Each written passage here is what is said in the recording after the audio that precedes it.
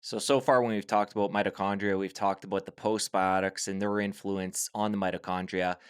And now we're talking about melatonin and that supporting the mitochondria as well. I want to go deeper into the mitochondria because again, these are our energy power plants within our body creating energy. What else can we do to support them? So, one of the other, I think, revelations of the book that surprises most people is so our mitochondria are actually engulfed bacteria that 2 billion years ago got eaten by other single celled organisms. And in the exchange for finding a nice, comfy, warm place to live inside a cell, and in exchange for giving food to eat by that cell, the mitochondria produced energy, ATP. And that actually formed what's called a eukaryotic cell. And there won't be a test after this podcast, I promise.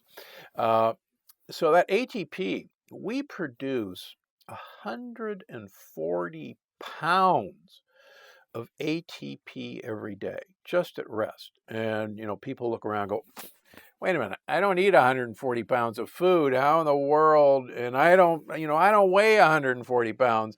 What do you mean? Where is it? And the answer is we spend it. This is our energy currency, and we are spending it.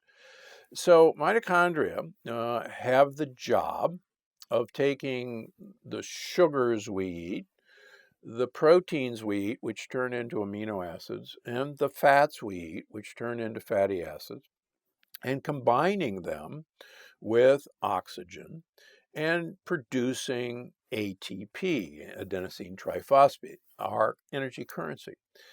And they do this in what's called the electron transport chain. And we won't get deep into the weeds, but the mitochondria are really good at taking one thing at a time, whether it's glucose, whether it's amino acids, or whether it's free fatty acids, and kind of running it down a gauntlet and producing ATP.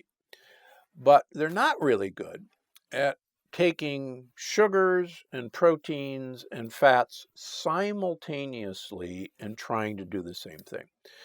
And what happens to most of us is that way we eat with our processed foods, with our energy drinks, with our energy foods, simultaneously to most of our mitochondria, we've got sugars, proteins, and fats trying to get in and get processed by mitochondria all at once. And I liken it to rush hour traffic and freeways. And you have all these cars, all these buses, all these trucks converging into freeways. And as anyone in rush hour, and I'm in the LA area, knows, everything grinds to a halt and tempers flare, and we have ways of trying to stop all this from happening. We have stoplights on entrance ramps. We have high-speed lanes, but things grind to a halt. And what's happened to us is that our mitochondria no longer can produce energy smoothly because it's literally rush hour traffic, kind of from the minute we start eating early in the morning to the minute we stop eating late at night.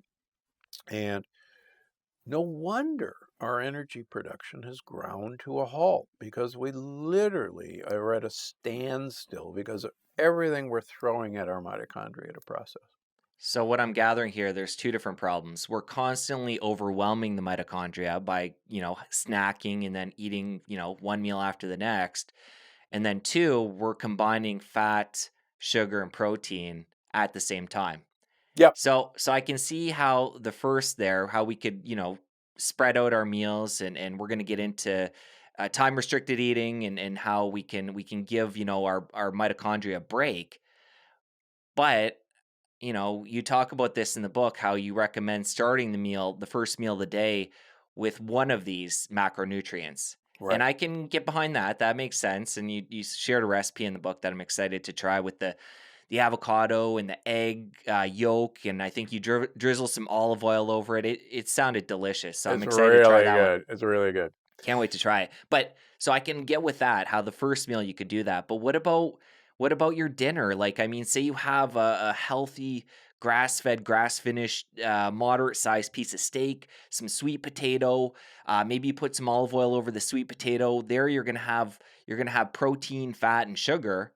So, But yeah, explain that. you're eating it whole. And that's what our great grandparents did. And unfortunately, we didn't listen to them. Uh, Way back when, 50 years ago, 70 years ago, we ate whole foods. We ate our steak whole. We ate our sweet potato whole. We ate our asparagus whole. And these foods are broken down in different time periods. In general, our starches are the first to be broken down into sugar molecules, and those are absorbed, and they reach the mitochondria first. That steak takes actually a really long time to get broken down. And we lose, believe it or not, about 30% of the calories in a steak to heat production. It's very energy intensive. So and it has to be broken down into amino acids to be absorbed. So the protein arrives next, long after, quite frankly, the sugar is gone. Now, fats, like in olive oil, we talked about earlier, they take a really circuitous route to get to your mitochondria.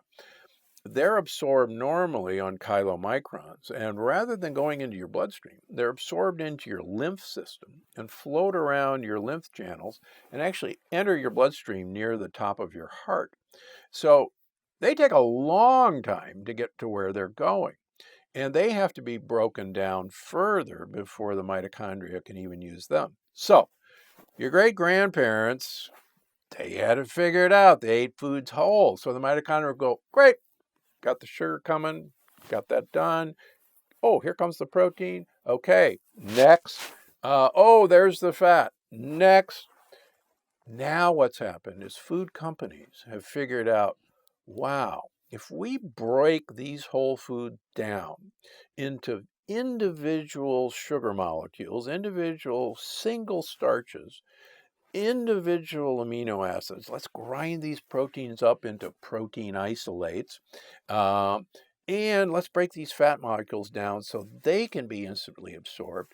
Now, all of a sudden, it's wham, they're all arriving simultaneously to the mitochondria, which has never happened in millions and millions of years because we didn't have the technology to do this. In fact, one fun fact, Kellogg's Corn Flakes was introduced as the first pre-digested meal. Now that sounds really great. Oh, good. My digestion has been done for me. But think about what that means. We've, in a way, taken out the middleman. We've taken out the digestive process. And now this sugar mainlines, to whack into our mitochondria.